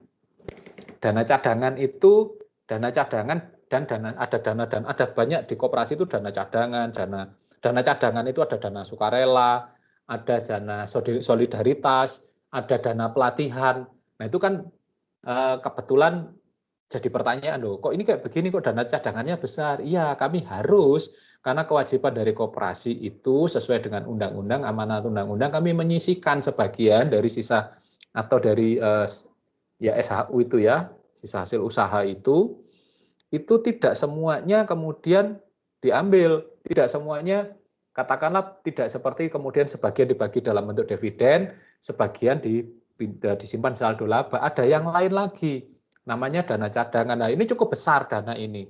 Salah satunya juga kewajiban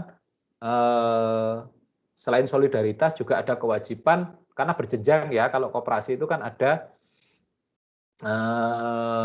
primer, sekunder, ada nasional gitu ya. Kalau primer itu di pribadi atau usaha entitas itu sendiri. Kalau kemudian sekundernya itu di atasnya kami ada yang namanya pusat koperasi kredit. Itu tingkatnya Jawa Timur, terus kemudian secara nasional itu namanya ada Inkopdit, Induk Koperasi Kredit. Nah, tiap tahun kami harus memberikan, katakanlah menyetorkan sejumlah dana kepada mereka sesuai dengan yang kita dapatkan.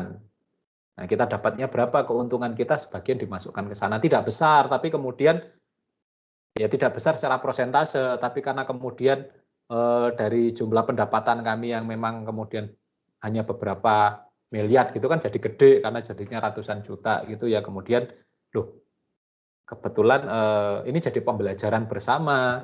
Nah, auditornya belum pernah tahu kayak begini ya, oh kok bisa ya, ini undang-undangnya Pak, undang-undang untuk koperasi kredit atau simpan pinjam kayak begini. Beda ya dengan BPR, beda. Kalau BPR tidak perlu disimpan, kalaupun dana cadangan itu dana cadangan untuk likuiditas mereka sendiri. Nah, itu kan simpannya satu, cuman bisa disimpan di OJK atau bukan di OJK ya, disimpan di BI, dan itu bisa diambil-ambil sewaktu-waktu. Kalau kami enggak, karena dana solidaritas, kalau ternyata ada koperasi yang lain bermasalah, uang ini bisa tersalur ke sana loh, oleh Puskopdit, oleh pusat koperasi kredit kami. Itu bisa disalurkan ke sana. Tanpa kami bisa protes, loh nggak bisa, itu kan duit kami, nggak boleh, karena ini namanya dana solidaritas. Nah, itu gerakan-gerakan itu yang kemudian jadi diskusi bareng, oh kayak begini, oh ternyata banyak. Nah, itu kemudian dibaca oleh auditornya, oh ternyata, oh ya memang. Jadi, rencananya mau direestimasi ternyata tidak. Tidak jadi karena kami compliance dengan aturan dan undang-undang. Tapi ada beberapa yang lain yang kemudian ternyata dalam tanda petik masih belum kami estimasinya, tidak kemudian memang tidak sesuai karena kami enaknya omong itu tidak ada di undang-undang, tidak ada di ini pihak berelasi. Nah, ini sekalian ngomong dengan pihak berelasi. Nah, ini ada pertanyaan dari beberapa tadi kan pihak berelasi. Nah, ada dari Meli, ada dari Melinia ya, ada dari Evelyn dengan pihak berelasi. Nah, apa yang kemudian dengan pihak berelasi? Nah, salah satunya koperasi kredit itu tidak boleh punya usaha yang lain di lain simpan pinjam. Nah, kemudian untuk kemudian strategi kami mengatasi kelebihan likuiditas, over liquid, itu adalah kemudian dengan cara tidak boleh kami membentuk, boleh kalau kami mendirikan koperasi yang lain, tapi kepemilikannya harus anggota, bukan koperasi kami. Yang kami lakukan, nah ternyata di undang-undang itu boleh membentuk yang namanya PT, perseroan terbatas. Bayangin, sakti kan koperasi itu. Koperasi itu bisa membentuk PT. Jadi beberapa koperasi gabung, selain ada primer, ada lembaga yang menaungi, itu bisa membentuk PT untuk aktivitas sektor real, khususnya yang kelebihan likuiditas. Nah, di kami kemudian ada empat asalnya 5, yang satu mundur ya, membentuk PT yang lain. Itu tempatnya si Mili ya, CU Kosayu itu memilih mundur, kemudian kami tinggal berempat, seharusnya berlima. Nah, itu apa yang kami lakukan, ternyata jadi kemudian kami bisa membentuk PT. Nah, PT ini kan kami yang pegang saham nih. Jadi sahamnya rata dari 4 PT ini enggak lebih, tapi kemudian yang menjadi penilaian lebih Kami tetap menggunakan konsep prinsip koperasi. Kemudian ini kan simpanan pokoknya gitu kan. Sekian gitu kan.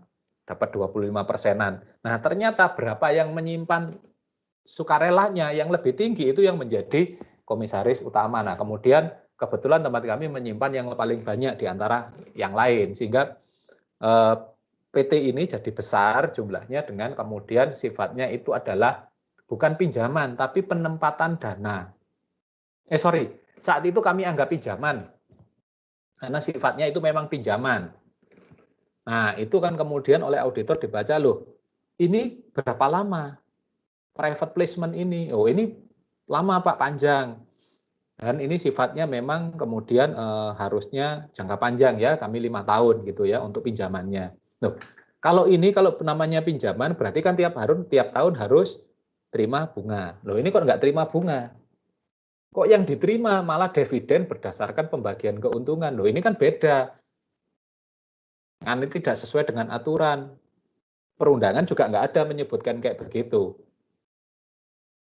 Nah, itu yang kemudian secara pribadi, kebetulan saya masukkan itu sudah ada ya PT itu, kemudian ini Pak yang saya usulkan memang kayak begini.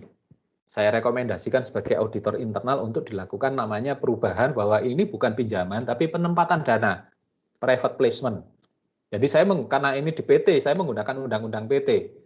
Nah, teman-teman yang di dalam koperasi nggak ngerti gitu ya undang-undang PT. Jadi, lah terus gimana ini? Ya sudah tetap pakai pinjaman. Nah, akhirnya oleh auditor ditemukan, oh nggak bisa ini. Tetap kalau di SAK, mau pakai, apalagi SAK-nya kami pakai SAK etap gitu ya. Ini namanya penempatan dana, private placement. Karena apa? Pengembaliannya itu dalam bentuk dividen yang sifatnya fluktuatif. Kalau pinjaman harus dalam bentuk bunga yang relatif tetap. Dan itu enak bisa dihitung berapa bunganya, tidak kemudian dividen. Karena tahun 2020 ini karena kebetulan ada masalah dengan pandemi ya, koperasi PT itu tidak memberikan hasil sehingga tidak membayar bunga pinjamannya. Nah, itu kan kemudian jadi lebih ruwet lagi loh. Pinjaman kok bisa nggak dibayar ya, tidak ditunda karena pandemi. Oh, nggak bisa ini. Ini harusnya masuk ke private placement, karena kalau private placement bentuknya dividen sudah betul, dan kemudian kalaupun tidak dibagi dividennya kan boleh hak dari pemegang saham. Hasil RUPS menyatakan memang tidak dibagi. Nah, kayak begitu akhirnya punya obrol, akhirnya enaknya omong saya punya bolo gitu ya. Auditornya mengatakan nggak bisa, ini harus saya reestimasi menjadi penempatan dana. Dirubah semuanya menjadi penempatan dana, bukan lagi piutang. Nah, bukan lagi piutang usaha, tapi penempatan dana. Akhirnya, apa yang jadi masukan saya selama ini, selama 2 tahun kemarin ini, akhirnya bisa difahami oleh teman-teman yang, kalau yang di tempat kami, betulan paham, tapi koperasi lain, yang jadi pemegang saham yang lain, mau nggak mau yang ikut. Karena apa? Aturannya jelas sesuai dengan standar lah. Itu saya ngobrol itu ngomong kepada mereka yang lain yang tidak tahu undang-undang PT, yang tidak terlalu paham SAK tapi itu sudah 1 tahun. Sejak tahun kemarin sudah 1,5 tahun lah. Jadi ngomong sampai muru-muru ya mereka, lu nggak bisa, kita itu koperasi. Walaupun kita PT tetap aja gerakan. Nggak apa-apa, kita kan gerakan. Waduh ya nyonyor kalau pakai gerakan-gerakan semua gitu ya. Nah, ternyata auditor kita menyarankan seperti itu yang saya bawa di RUPS kemarin. Ini loh kita harus kayak begini. Mau nggak mau Kak saya perlakukan kayak begini. Ini loh dasarnya SAK gini dan ini rekomendasi juga dari auditor kami. Nah, mereka baru ya wis, tapi mereka sebenarnya nggak terima gitu ya. Ya wis, manut aja sampai sing lu ngerti gitu katakanlah. Baru sekarang ngakuin gitu. Bahwa saya ngomong itu ada dasarnya gitu ya. Ya ternyata kayak begitu memang. Kalau orang dalam itu biasanya nggak dipercaya ya. Kalau ternyata ada orang luar yang ngomong, percaya gitu ya. Apalagi terus kemudian ngelihat gelarnya auditornya panjang banget. Oh iya Pak, lu percaya apa? Oh, gelarnya lu dawa timbang sampean. Burine iku sik ono maneh, CPA, CPA. Kan lu dukur timbang sampean sing SEAKCA. Kan lu dawa maneh. Kene percaya. Soalnya berarti DE satu akuntan publik, satu lagi tingkatnya ASEAN. Waduh. Ya, saya mau akhirnya gitu. Kalau begitu nanti saya ambil ACPA gitu ya. Tapi bayarnya 1,8. Saya jadi juga mikir, masa gara-gara hanya untuk memenuhi apa ya, katakanlah ngetak orang-orang itu, teman-teman yang di koperasi, di gerakan koperasi itu, masa saya harus ambil gelar yang menghabiskan 1,8 itu bayar daftarnya tok loh ya. Belum nanti yang lain-lain ya mungkin bisa hampir 2 atau ya sekitar 3 jutaan gitu habisnya hanya untuk kemudian meyakinkan orang-orang bahwa saya sebenarnya juga tahu dan ngerti gitu ya, repot. Ya apalagi lawan orang gerakan di koperasi ya, orang koperasi itu isinya orang-orang tua yang bahkan saat kemudian saya ngomong SAK aja kemudian banyak yang ngengkel. Angel-angel akuntansi itu bikin mumet. Ya kayak begini yang dikeluarkan adalah tata buku berpasangan. Ya Bu, pakai tata buku aja nyatetnya gampang ya Tuhan. Orang ini tahun berapa gitu ya. Saya itu jadi pengurus koperasi sejak tahun 70-an. Ya ampun. Kita sudah berubah dari PAI menjadi SAK. Dia masih pakai tata buku yang itu tinggalan Belanda. Ya, karena kalau PAI itu kan baru muncul tahun 84 ya, dia pakai tahun 70-an. Saya jadi pusing juga ngadepin orang-orang yang kayak begitu. Mau dijak gegeran itu sudah tua, nggak dijak gegeran itu ya gimana? Tata buku itu yaitu apa katakanlah seninya kemudian main-main di koperasi ya, gerakan koperasi. Nah itu akhirnya estimasinya mereka mau terima, dirakolkan reestimasi sehingga laporan keuangan kami berubah. Jadi asetnya dari piutang menjadi penempatan. Jadi tidak lagi kas, tapi menjadi penempatan. Mau nggak mau yang lain ngikut karena kebetulan kami adalah yang ini, jadi komisaris utama dan komisaris independennya. Jadi ya, karena enak ya, komisaris utama itu ada 4, kami komisaris 4, preskomnya itu kami, terus kemudian di komisaris independen ada 3, ketuanya kebetulan juga dari kami. Jadi ya, gelem berubah, gak gelem ya wis, nek gak ya tak tarik dana ini dari PT gitu kan, akhirnya ya pakai ya, mengancam sedikit, tapi mau nggak mau kalau mereka nggak taat ya kita sendiri yang kena. Akhirnya mau mereka pakai SAK dan undang-undang PT, karena PT mau dikelola dengan cara koperasi ya berantakan. Tapi untuk hal-hal yang lain memang masih belum. Nah ini yang salah satunya contoh reestimasi, dilakukan reestimasi ya harus reestimasi. Saya senang karena kemudian itu malah kemudian berhubungan dengan pekerjaan yang harus saya lakukan sebagai auditor internal di koperasi yang saya bekerja itu. Nah, itu contohnya reestimasi kayak begitu. Jadi ada banyak sebenarnya, tidak hanya recalculation, tidak hanya menghitung ulang. Tidak hanya kemudian melakukan yang namanya reklasifikasi, klasifikasinya salah. Ternyata ada estimasi yang diganti. Contohnya estimasi yang lain yang mungkin diganti apa? Penyusutan. Bisa saja diganti. Karena harus patuh pada undang-undang pajak. Katakanlah umur aset tidak boleh lebih dari 20 tahun. Terus kemudian itu aset ini ya, gedung, bangunan. Kendaraan tidak boleh lebih dari 8 tahun dan sebagainya. Ada aturannya semuanya. Nah itu yang kemudian ternyata saya ngarang sendiri gitu ya, aset ini saya anggap aja 25 tahun. Ya bisa kemudian kan supaya apa kecil, semua penyusutannya semakin panjang kan semakin kecil nih tarifnya. Nah itu direestimasi oleh auditor, nggak bisa Pak 20 tahun. Jadi akhirnya apa lebih besar. Nah itu kan peran-peran auditor itu kan untuk ya supaya kita compliance ya, kita taat dan kita sesuai dengan aturan dan perundangan. Nah ini semuanya ada di sini, masuk semuanya di kertas kerja ini. Jadi yang kalau rekalkulasi, reklasifikasi, Anda sudah sangat paham, sudah sering Anda dengar. Nah sekarang reestimasi, ternyata apa? Ada estimasi yang harus dilakukan oleh auditor. Estimasi terhadap apa? Metode akuntansi. Ada banyak apa? Ada penyusutan, ada ya akhirnya salah satunya apa? Kemudian penempatan dana tadi. Ada yang lain apa? Mungkin persediaan. Karena apa? Menggunakan katakanlah kita ngengkel menggunakan LIFO. Perusahaan kita perusahaan retail ya, supaya labanya real. Ya nggak bisa, karena apa? Yang paling dekat pakai average, kalau nggak mau pakai FIFO.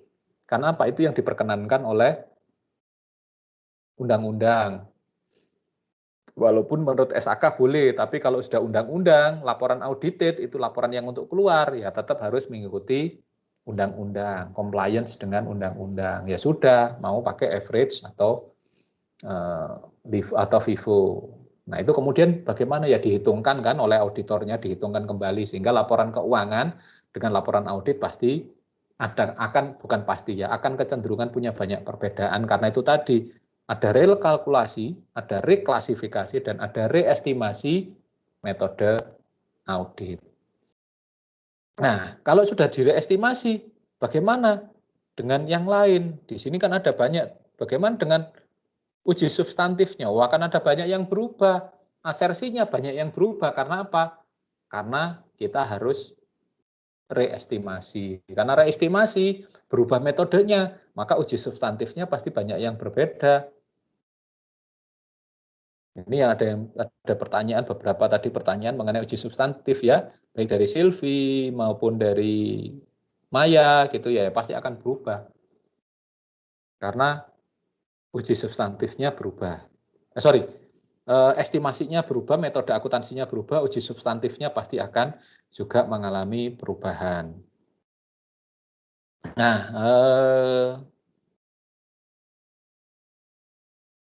ada pertanyaan yang menarik dari Aziza tadi.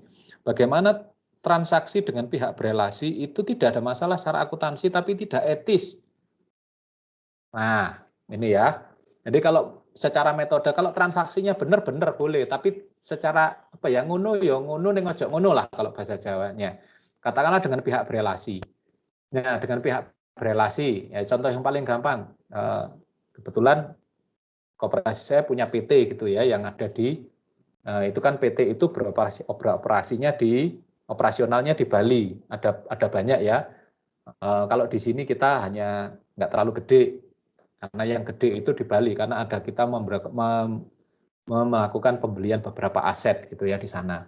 Nah, kemudian ternyata karena saya merasa pemilik, ya saya nggak apa-apa ke sana ke PT itu. Dan kemudian apa yang saya pakai di sana? Kemudian di sana saya menggunakan fasilitas PT.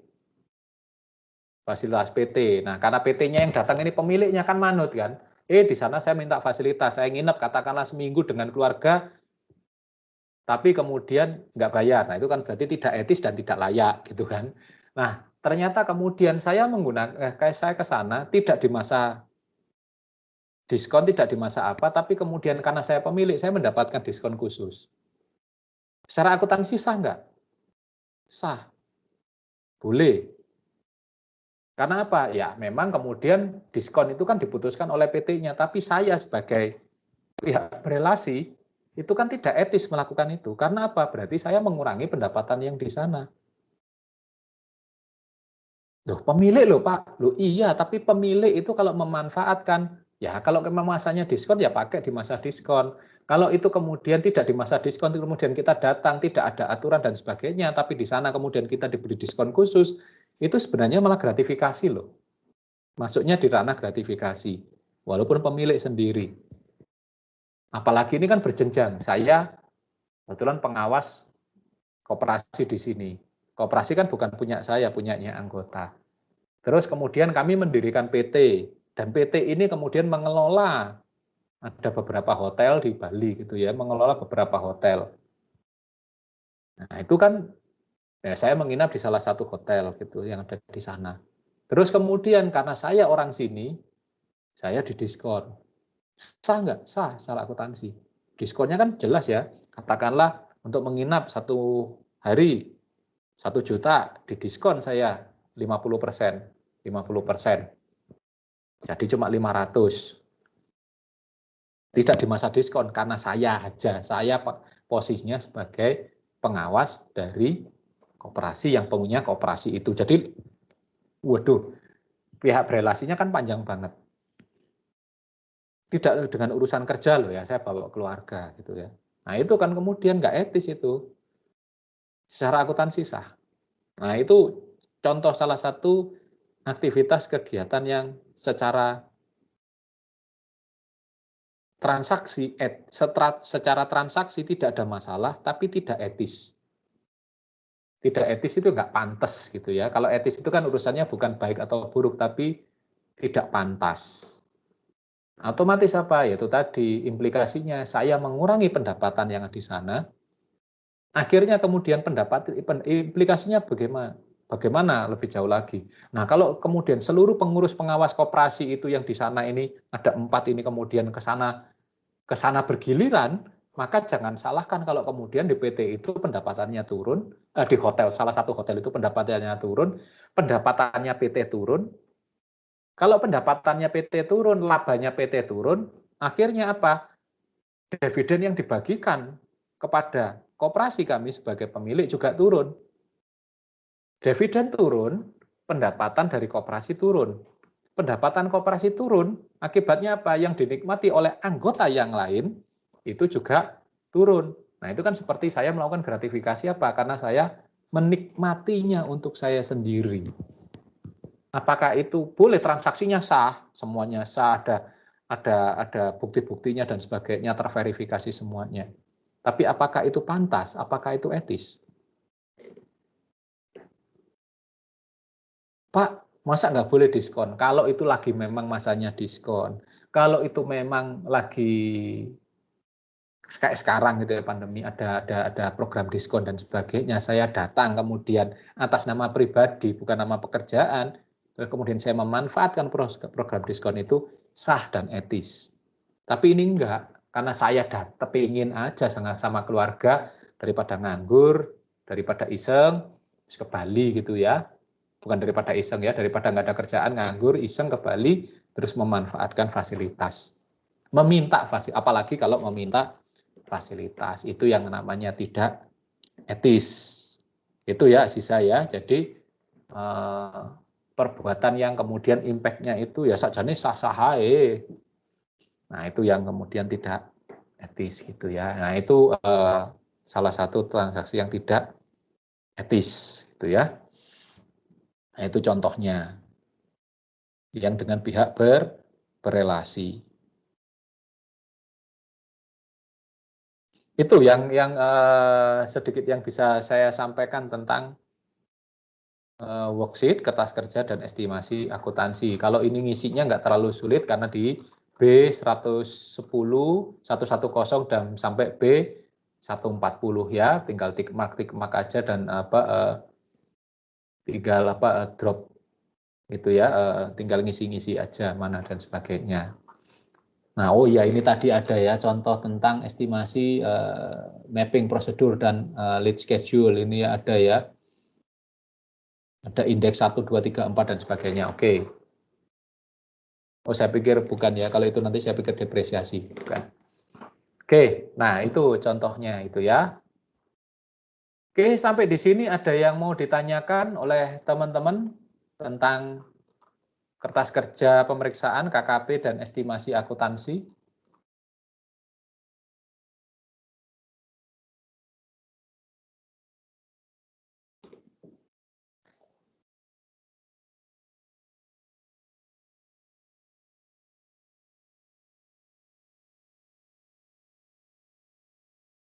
Tidak ada? Ya, kalau tidak ada, kuliah saya cukupkan sampai di sini. Semoga bermanfaat.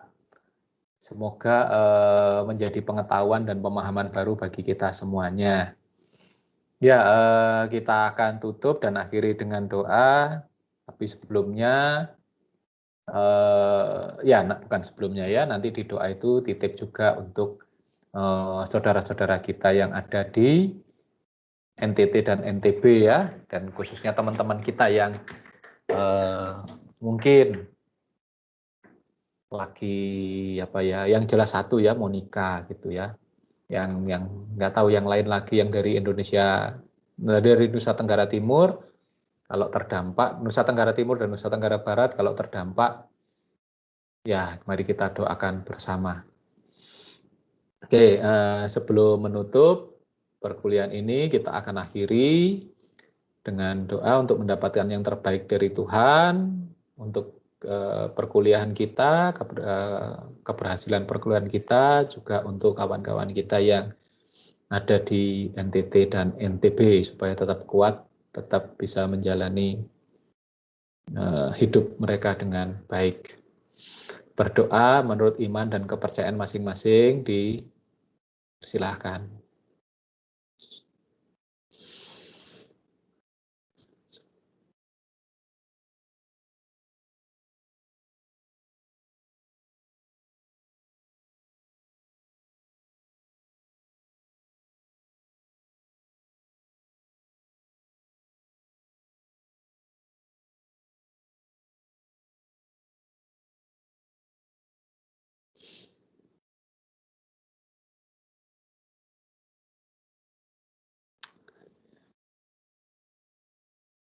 Ya, terima kasih. Doa bisa diakhiri. Oke, sampai ketemu minggu depan ya di perkuliahan teori akuntansi dan praktikum audit selanjutnya. Terima kasih untuk